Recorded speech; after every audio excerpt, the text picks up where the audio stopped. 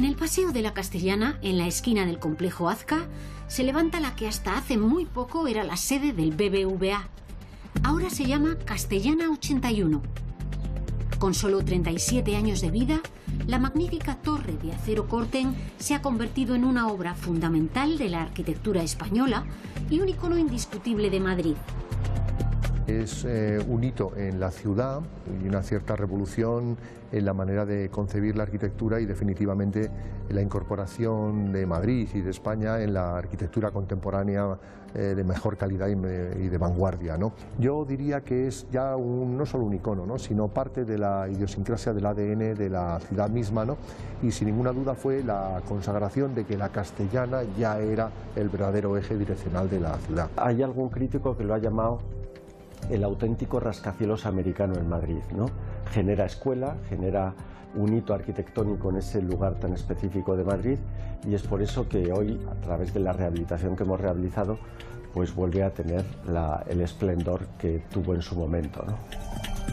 Francisco Javier Sáenz de Oiza es una figura clave en la historia de la arquitectura española. El Colegio de Arquitectos de Madrid conmemora el centenario de su nacimiento con una amplia exposición comisariada por los hijos del arquitecto Vicente, Javier y Marisa Sáenz Guerra, arquitectos como su padre.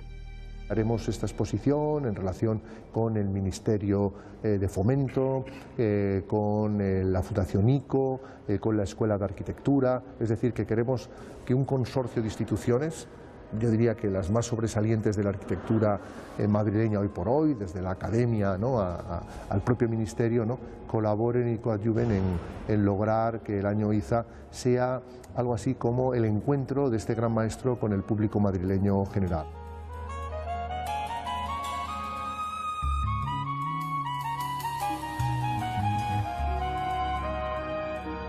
Sáenz de Oiza inicia el proyecto para el BBV en 1971, cuando el banco invita a los arquitectos más destacados de la época a participar en un concurso restringido para la construcción de su sede. Oiza gana el concurso de 3 jurados, en los 3 jurados es el proyecto elegido, con una arquitectura muy moderna, me atrevo a decir mucho más que contemporánea. No es una arquitectura que pasa o haya pasado de moda, como si fuera un lenguaje arquitectónico solo del momento, solo de aquellos años, sino es una arquitectura que trasciende, quizá por las raíces del propio Oiza, de traer el lenguaje de la escuela americana, de lo que es de verdad una torre o un rascacielos, ¿no? La construcción de la torre comenzó en 1978 y finalizó en 1981. Los ingenieros Carlos Fernández Casado, Javier Manterola y Leonardo Fernández Troyano colaboraron con Oiza en el diseño de la estructura. Tuvieron que afrontar un problema gravísimo, y es que por debajo del solar discurre lo que entonces se llamaba el túnel de la Risa, es decir, la conexión ferroviaria entre Chamartín y Atocha. Esta conexión obligó a plantear una estructura casi como un puente que soluciona el problema del túnel y sobre el cual se levanta el edificio, ¿no? Además de eso, introdujo otra heterodoxia. Realizó cada 5 plantas unas enormes ménsulas que gravitaban sobre los 2 núcleos huecos de hormigón que recogen todas las instalaciones y las comunicaciones principales, ¿no? Y luego cambiaba de sistema constructivo y sobre esas enormes plantas básicas, ¿no?, levanta una estructura metálica que resuelve en una planta muy limpia, muy libre, cada 5 plantas consecutivas. Por otro lado, luego realiza un envolvente en muro cortina, también con un acero autooxidante, que unido a las pequeñas plataformas, en realidad para la limpieza de las fachadas, pero que le da también una imagen, una secuencia muy interesante de sombra, ¿no? Es una fachada viva, ¿no?, una fachada que tiene un ritmo, es clasicista en cierta medida, ¿no?, pero al mismo tiempo, pues sin ninguna duda, muy contemporánea, ¿no?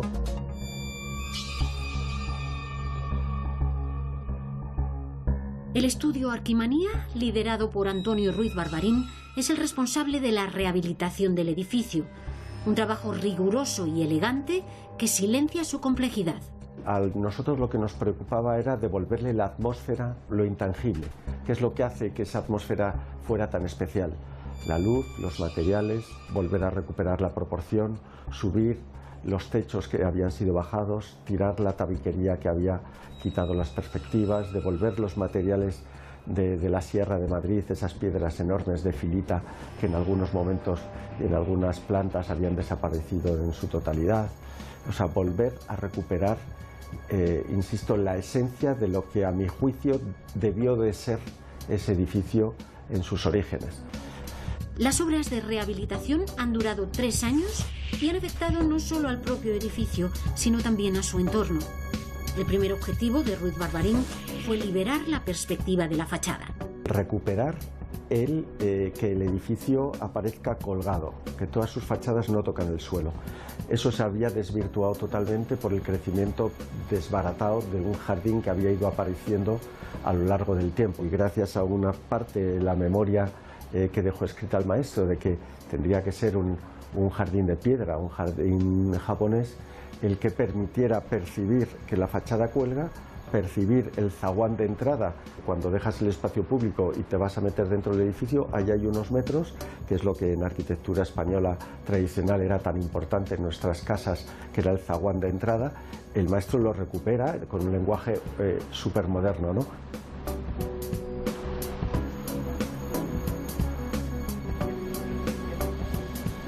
Al interior, lo más difícil, volver a recuperar la entreplanta.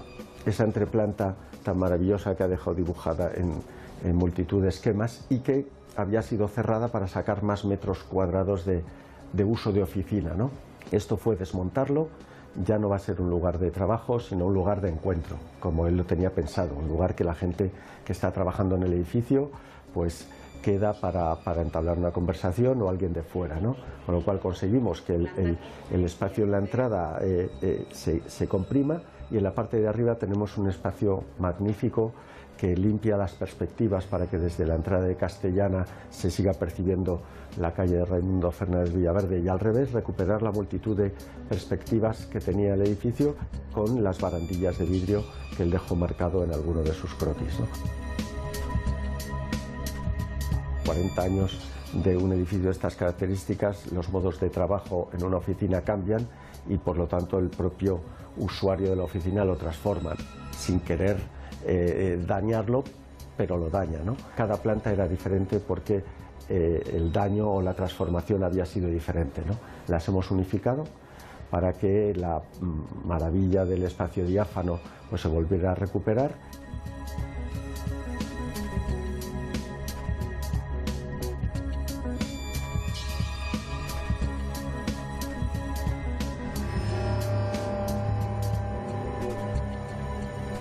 Y la parte más delicada, que fue la implementación de un nuevo salón de actos en la planta semisótano, porque el que había no era el original, pero gracias a la aparición de un plano en el archivo del maestro y de la familia, donde se venía bien claramente definido y diseñado dónde estaba ese salón de actos pensado en el maestro y que nunca lo pudo construir, pues ahora lo hemos podido construir donde en su día él dejó el rastro perfectamente dibujado.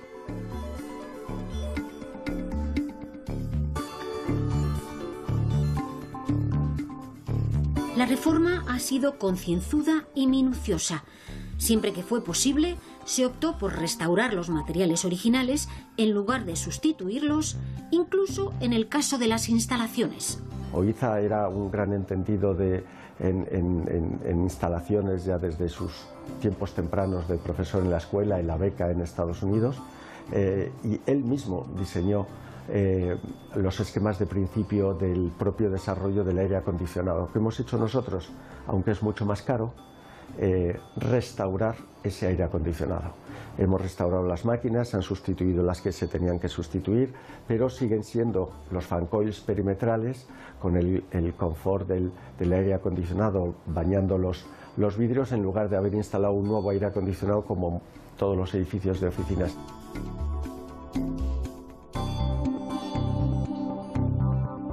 La iluminación, hemos vuelto a hacer un concurso de empresas de iluminación porque el tamaño del módulo lo llevó a sus últimas consecuencias, incluso al tamaño de las luminarias, que son de 132. Ese 132 está fuera de mercado. Eso, por supuesto, como os podéis imaginar, conlleva un costo radicalmente diferente a si vas al mercado y colocas la luminaria que te admite el mercado.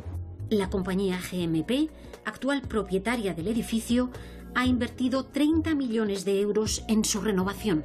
Yo no paro de repetir que la suerte que ha tenido este edificio es caer en que la nueva propiedad es una propiedad muy culta, preocupada no solo por el edificio como bien tangible a nivel inmobiliario, sino como un bien que tienes la responsabilidad de algo que la sociedad te va a demandar algo más que unos metros cuadrados para alquilar, ¿no? En este caso es la posibilidad de devolver a la ciudad un hito arquitectónico de la categoría como el que tenemos la suerte de tener en Madrid con el Banco de Bilbao, hoy llamado Castellana 81. Yo creo que cuando tienes un edificio en el mejor emplazamiento de Madrid, tienes una joya arquitectónica como la que tenemos y como la que respetamos en la Reforma, y además la dotas de unas calidades desde el punto de vista de instalación y de usabilidad por dentro, eso hace que cualquier inversión sea ganadora. Todos los usuarios potenciales y los que ya están en el edificio, desde luego que valoran la arquitectura unida a las prestaciones de la que le hemos dotado al edificio con esta reforma. Ese mix al final se percibe, se acepta, se valora y al final pues se alquila.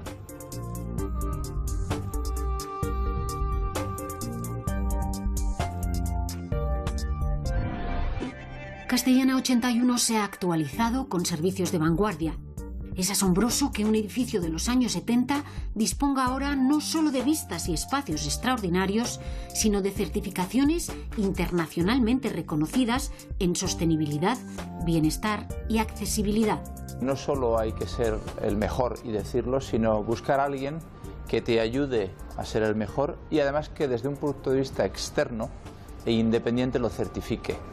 Y de esa manera nos hemos hecho certificar en términos de sostenibilidad, en términos de salud para los usuarios y para las personas, en términos de accesibilidad, y hemos tenido la certificación LEED Platino, que es la máxima certificación, siendo el primer edificio en el Paseo de la Castellana que lo tiene. Tenemos la certificación WELL, que es la primera certificación WELL en España. Eso lo que hace es que las características del edificio no solo sean las mejores de Madrid, sino que además hay terceros que nos lo dicen y nos lo corroboran. En el pasado, el inmueble era inaccesible al público. Tras la reforma, ya como Castellana 81, la ciudad de Madrid ha podido entrar y comprobar in situ el valor y la trascendencia de esta obra cumbre de la arquitectura española. Tenemos muchísimas empresas distintas operando en el edificio, lo cual hace que la interacción del edificio con el exterior, de visitas, haya incrementado totalmente. En el pasado estaba más cerrado, era más para un uso individual de una empresa, y hoy en día está abierto a muchas empresas y a los clientes de estas. Estamos compartiendo la joya arquitectónica que tenemos a través de, por ejemplo, Open House. Hemos abierto el edificio a la ciudad.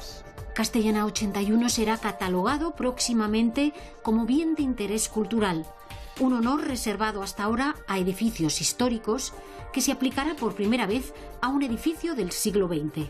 En este país tenemos todavía un poquito o un muchito olvidada la arquitectura contemporánea.